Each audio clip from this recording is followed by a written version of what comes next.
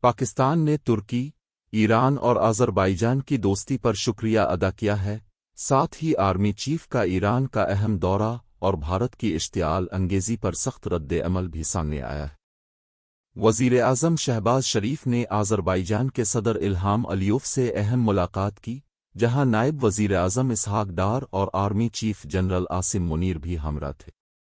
وزیر اعظم نے بھارتی جارحیت کے دوران ترکی، ایران اور آذربائیجان کی حمایت پر دلی شکریہ ادا کیا۔ تینوں برادر ممالک نے مشترکہ مفادات پر مشترکہ لائحہ عمل اختیار کرنے پر اتفاق کیا۔ Chief of army staff general Asim Munir نے تہران میں ایرانی جنرل اسٹاف ہیڈ کوارٹرز کا دورہ کیا۔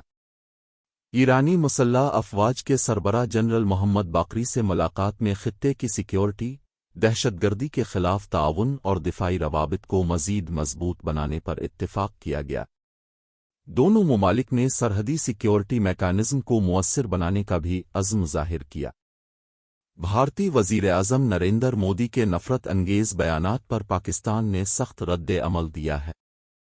ترجمان دفتر خارجہ نے کہا کہ پاکستانی شہریوں کو گولی مارنے کی دھمکیاں اشتعال انگیز ہیں اور اقوام متحدہ کے چارٹر کی کھلی خلاف ورزی ہے۔ ایسے غیر ذمہ دارانہ بیانات امن کے لیے خطرہ ہے۔ پاکستان عالمی برادری سے نوٹس لینے کا مطالبہ کرتا ہے۔ پاکستان نے اپنی خارجہ پالیسی کو امن، بھائی چارے اور خطے کے استحکام پر مرکوز کر رکھا ہے۔ دفاعی تعاون، سفارتی رابطے اور بھارت کی جارحیت پر واضح موقف اس بات کی غمازی کرتا ہے کہ پاکستان خطے میں پرامن قیادت کا خواہاں